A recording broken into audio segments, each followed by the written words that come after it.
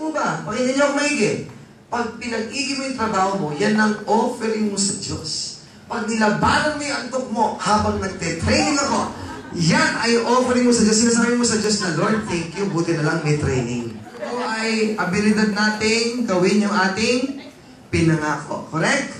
At kasama rin dyan yung product knowledge and competency.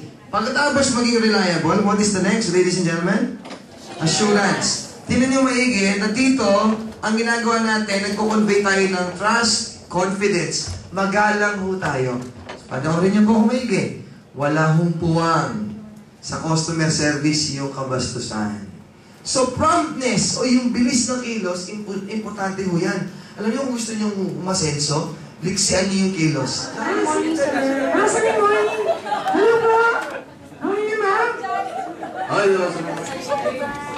Oh, hi!